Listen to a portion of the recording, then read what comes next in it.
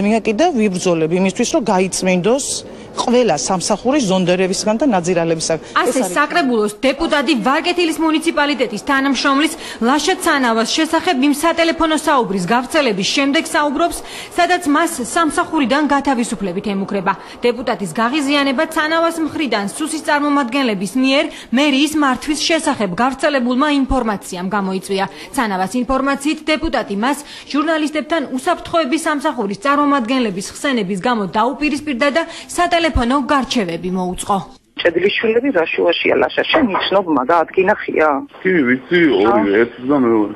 საიდან იცი, სურათიდან? არა, მარტო სურათიდან. მომისმინე ლაშა შერას გეტყვი. შენ დედიშენის როჭანე თუ იცი ეხლა რა და თავი რო დაიმარხე. ვიცი. ზადა ხარ ცხოვრებაში გამოწვევებისთვის? რა თქმა უნდა. მე მიღალატე შენ უტვინო შენ არ იცნობ ადამიანებთან მაგათე რუსთავიორ ცენტრებს მიეცი ინტერვიუ შტები ხარ შენ მეტი არაფერი რა. ცანავას ინფორმაციით მუქარის მეორე ზარი მის ტელეფონზე უკვე სიუჟეტის გასვლის შემდეგ დაფიქსირდა. ვარკეთილის მაჟორიტარი დეპუტატი ამჯერად მას სამგორის გამგებლის მეშვეობით სამსახურიდან გაგდებით ემუქრებოდა. შენ მომისმინი ახლა მე რასაც გეუბნები. მას გადმოვალ ახლა მე და ერთი რაიმე გაგვივდეს მან. რატომ უნდა გაღვივდეს? რატო არ მომისმინებაც კი გეუბნები მე შენ. თუ არ გავიგე მან რომ შენ მას სიტუაცია დაგაბე. შენ პრეზიდენტი არ გეყოლება ისოდე რა. იმიტომ შენ ჩემებაზე ვისამალე დაინახე და გადააწყდა ფოტოქენის უყოლას ხო? შენ უნაოსო კაცი ხარ მადროსი ხარ. ეს თვითონ გამგებელი და მოწყობო. შენ სამსახურია შეუნაოსო კაცო შენ. მოწყობეთ არ არის პრობლემა, მე მუშაობ. შენ პრობლემას შენ პრობლემას. მე შეგიქვენი პრობლემა. ვარკეთილის მაჟორიტარი დეპუტატი ია მაკასარაშვილი ლაშა ცანავასთან განხორციელებულ სატელეფონო ზარებს არც უარყოფს და არც ადასტურებს. სატელეფონო ჩანაწერის გავრცელების შემდეგ კი მის წარსულზე საუბრობს მაშინ, როდესაც ცანავა წინასაარჩევნო პერიოდში ვარკეთილში სწორედ მაკასარაშვილის შტაბის მობილურ ჯგუფებს ხელმძღვანელობდა. აღმოჩნდა ზონდერი, რომელსაც დარბეული აქვს აქციები, რომელიც ეს ახლა რომელი აქცია და 2009 წლის აქცია აქვს დარბეული. როდის გაიგეთ შენ მას შემდეგ რაც მას შეიცვალა პოლიტიკური შეხედულება, როდის გახდა თქვენთვის პრობლემა ეს საკითხი? ეს ბოლო ხანებში, ბოლო მაგისი განცხადებების რაც მაგან განცხადება გააკეთა, ეს ბოლო ხანებში გახდა ჩემთვის ცნობილი. ლაშა ცანავამ პარტია ქართული ოცნება რამდენიმე დღის წინ დატოვა. იქამდე კი ვარკეთილის მუნიციპალიტეტის თავმჯდომარის მხრიდან განხორციელებულ ზეწოლაზე ისაუბრა. ცანავა თავმჯდომარის უდიპლომობაზე მიუთითებდა და თანამდებობაზე დანიშნას ბიძინა ივანიშვილის ნათლულობას უკავშირებდა. ამის შემდეგ ცანავას ინფორმაციით ჯერ მუნიციპალიტეტის თავმჯდომარის მოადგილის პოსტიდან სპეციალისტამდე დააქვეითეს, შემდეგ კი სამსახურიდან წასვლასაც აიძულებდნენ.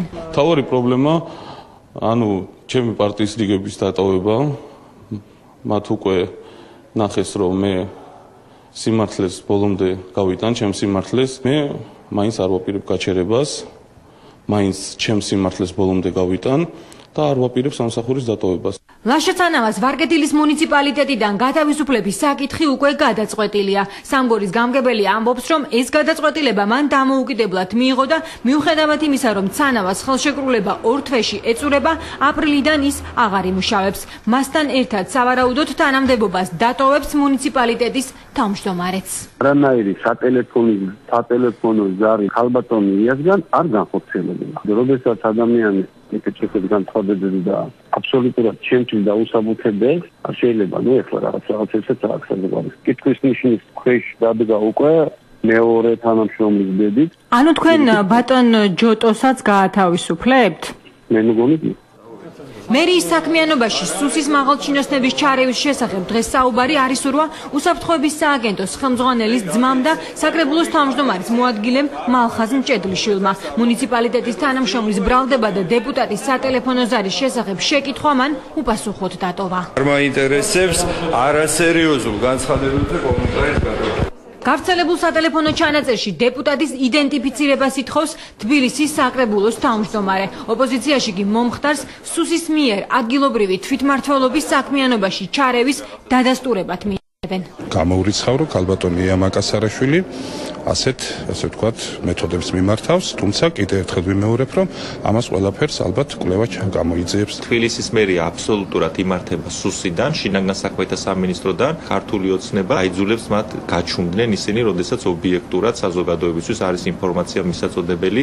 არ არის გამორიცხული ვარკეთილის მუნიციპალიტეტის თანამშრომლის მობილურზე განხორციელებული მუქარის ზარების გამო სისხლის სამართლის საქმეც აღიძრას. ლაშა ცანავა შესაბამის ჩანაწერებს პროკურატურას უახლოეს დღეებში გადასცემს.